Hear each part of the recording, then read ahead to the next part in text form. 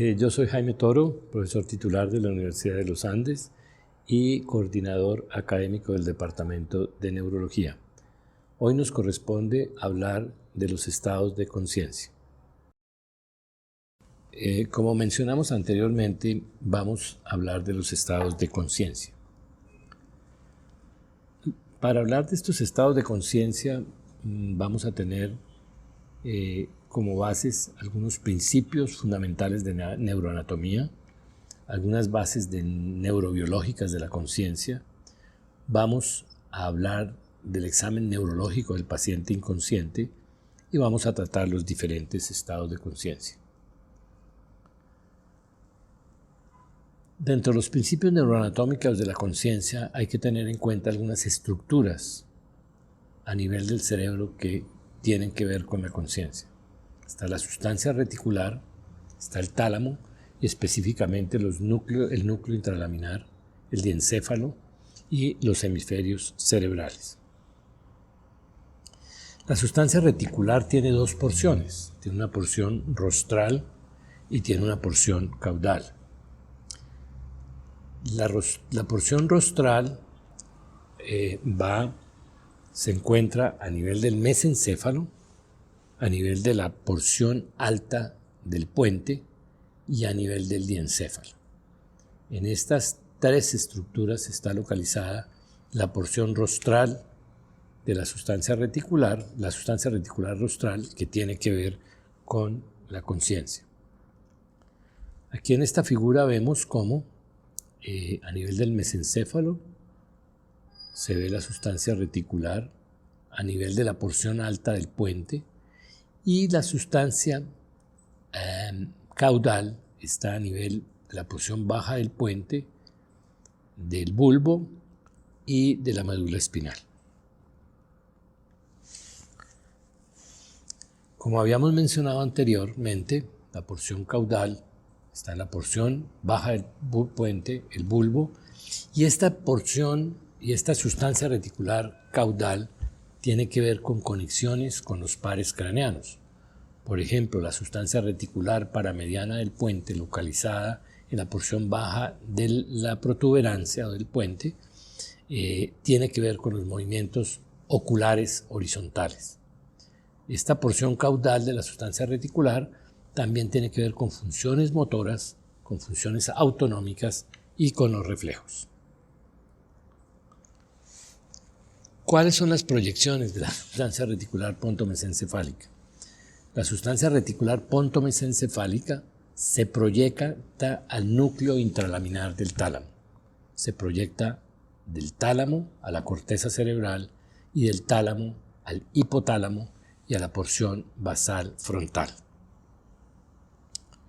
La integridad de estas zonas del cerebro tienen que ver con el estado de alerta o la conservación de la conciencia. Hay unos neurotransmisores fundamentales en los estados de conciencia.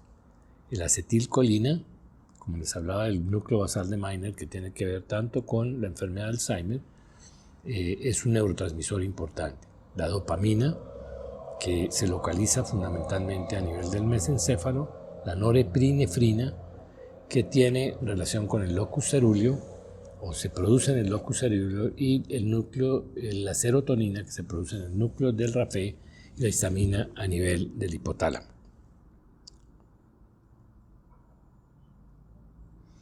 Veamos algunas proyecciones para mantener el estado de alerta. El núcleo tuberomamilar tiene proyecciones, como las están viendo acá, que van a la corteza cerebral, se proyecta hacia el tálamo, hay proyecciones hacia el tallo cerebral y proyecciones que van hacia el cerebelo. Estas proyecciones, mediadas por la histamina, tienen que ver con el estado de alerta. Está el núcleo basal de Meiner, como les había hablado, que donde se produce la acetilcolina, tiene también proyecciones hacia la corteza frontal, tiene proyecciones hacia el hipocampo, que es tan importante en todos los procesos de la memoria. Y las proyecciones noradrenérgicas relacionadas con la atención y el sueño tienen mediaciones.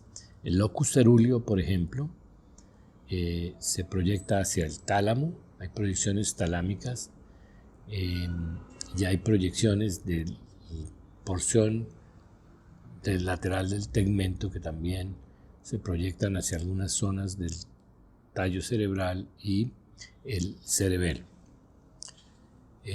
Estas proyecciones noradrenérgicas y el locus cerúleo y la porción lateral del tegmento tienen muchísima relación con la atención que guarde una persona y el sueño. Hay otras proyecciones que van de la corteza cerebral hacia la sustancia reticular.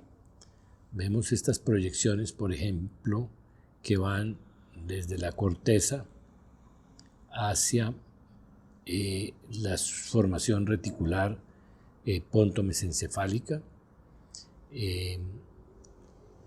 Y hay también proyecciones que van de la porción del cíngulo y del sistema límbico hacia la sustancia reticular pontomesencefálica, fundamentalmente. La conciencia. La conciencia podemos decir que tiene dos partes. Está el contenido de la conciencia, que la maneja fundamentalmente los hemisferios cerebrales, y hay un sistema activador. El sistema activador se considera la sustancia reticular. El sistema activador o la sustancia reticular, pues definitivamente es muy importante para mantener una persona consciente. Si hay lesiones, por ejemplo, biemisféricas, están afectados los dos hemisferios cerebrales, también puede haber afectación de la conciencia. Entonces veamos cuáles son los estados de conciencia. Aun cuando a veces yo le digo a los estudiantes que es mejor describir cada estado de conciencia. Es decir, el paciente se mantiene con los ojos abiertos, a veces bosteza, habla escasas palabras, se mueve. Para lograrlo alertar hay necesidad de hablarle duro. Sin embargo, existen estados de conciencia que ustedes deben conocer. El estado de alerta, por ejemplo, es la conexión del paciente consigo mismo y con el medio externo. El paciente somnoliento es una persona que tiende a estar con los ojos cerrados, adormilado, y que se pone en contacto con su medio externo cuando usted le habla duro. El estuporoso, el paciente también está con los ojos cerrados, tiende a estar somnoliento, y para lograr uno que se conecte con su medio externo hay que sacudirlo, moverlo y hablarle duro para lograr que el paciente se ponga en contacto con su medio externo. Y el otro estado de conciencia es el coma, en el cual el paciente no responde a estímulos verbales, a moverlo, quizás puede responder con movimientos de retirada a los estímulos dolorosos o con movimientos anormales como son los movimientos de descerebración o de decorticación. Entonces, ¿cuándo pierde la persona la conciencia? ¿Por qué se pierde la conciencia? Cuando hay lesiones bilaterales del tálamo, cuando está afectada la sustancia reticular a nivel pontomesencefálica y cuando hay lesiones biemisféricas, como les refería anteriormente. Lesiones biemisféricas pueden producirse por infartos múltiples, infartos que afecten ambos hemisferios cerebrales o procesos metabólicos que afecten también ambos hemisferios cerebrales. Existen otros estados de conciencia, como es el estado vegetativo. El estado vegetativo es un estado en el cual el paciente, después de un mes aproximadamente de estar en coma, comienza a abrir los ojos, sin embargo no entiende nada, no se mueve, no controla esfínteres, puede controlar la tensión arterial o no controlarla, pero el paciente no entiende nada. Este estado vegetativo lo puede uno dividir en estado vegetativo persistente y estado vegetativo permanente, o lo que se llama más recientemente estado vegetativo crónico. Más adelante los definiremos. El síndrome de encarcelamiento es un síndrome en el cual la sustancia reticular está preservada y el paciente está consciente, pero está completamente paralizado y se puede comunicar con los ojos, con parpadeo o movimientos oculares.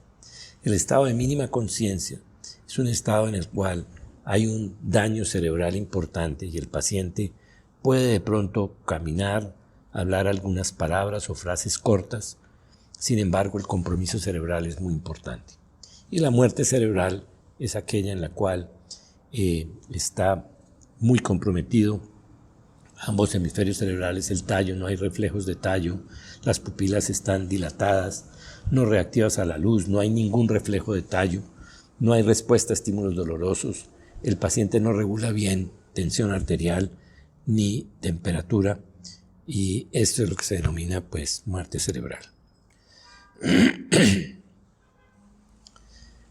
¿Cuál es el examen neurológico del paciente en coma?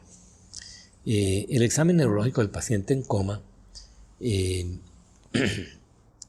es muy importante el examen neurooftalmológico. Son muy importantes los movimientos oculares, es importante la evaluación de las pupilas, movimientos oculares horizontales y verticales y el tamaño de las pupilas. Vemos, por ejemplo, que pupilas dilatadas, bilaterales, no reactivas a la luz, están asociadas a intoxicación de alcohol metílico o están asociados a estados de muerte cerebral. La ausencia de movimientos oculocefálicos también puede estar asociada a un daño severo a nivel del tallo, como puede ser el puente o el mesencéfalo. Y el examen motor también es muy importante. Si el paciente no responde a estímulos dolorosos o responde con movimientos de retirada o responde con movimientos de decorticación o descerebración.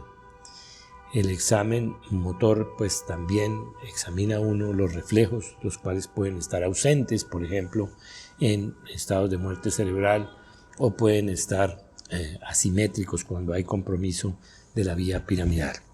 Y están las pruebas vestibulares.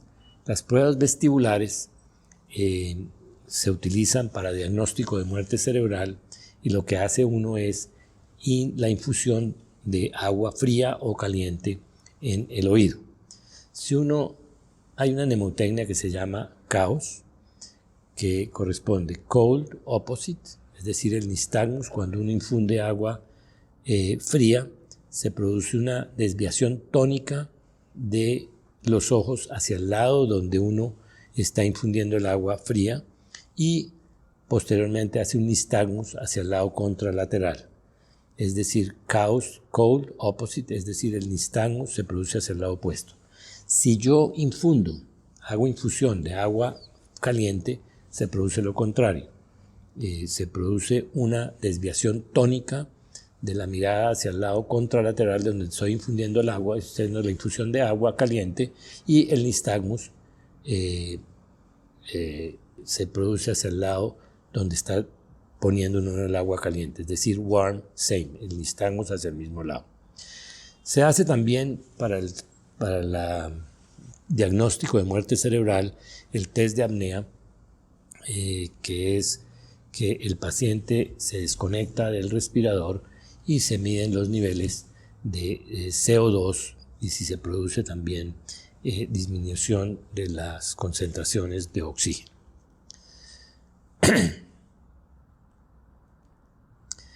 Creo que esto era lo que tenía para contarles en esta clase.